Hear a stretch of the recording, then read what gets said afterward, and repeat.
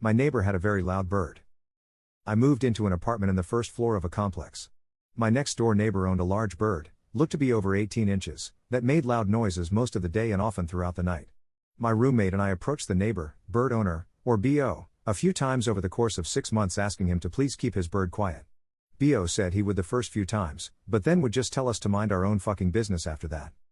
We would speak with other tenants in the building as we would see them in the hallways and in the parking lot, and they had issues with BO for the incessant bird squawking too. I called the management office to file a complaint, and they said they would need to investigate, which they eventually did.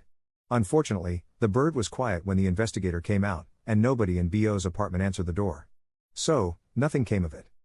The squawking continued day and night, and I recorded some of it and played it to the management office while filing another complaint.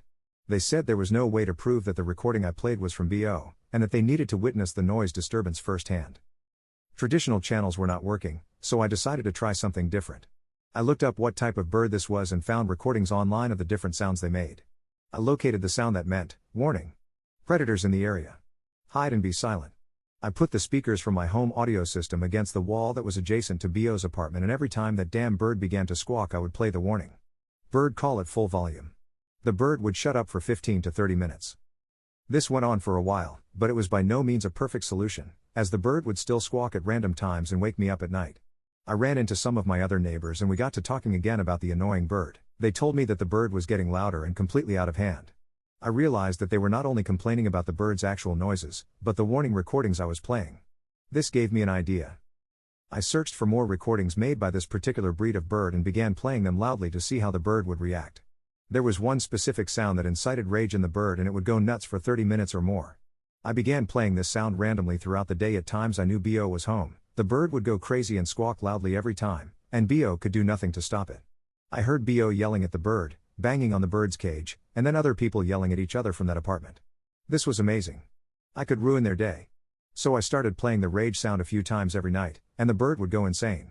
I heard people yelling, items being thrown, and over all of it, the bird completely losing its shit. After a few days of doing this, it sort of lost its sheen, so I called the management team and filed another complaint stating that the bird was making the noise right now, and that they needed to send someone to investigate. The person on the phone said that they were already planning on sending someone due to the large number of complaints they had received over the past few days, and that they would be out within 10 minutes. I got off the phone and played the rioting bird call. The crazy bird reacted just like before and went nuts. The investigator showed up soon after, the bird still screaming, and they had their evidence. A week later BO was gone, and so was that bird. The vacated apartment was left destroyed. The apartment management had crews in and out of that place for weeks, ripping out carpeting and flooring, replacing damaged drywall, appliances, and fixtures. They had kept the bird in the bathroom, in and out of a large cage, and everything was covered in bird shit. What I learned: a bird in the bathtub is worth 2 fists in your goddamn face. Edit. This took place in 2001.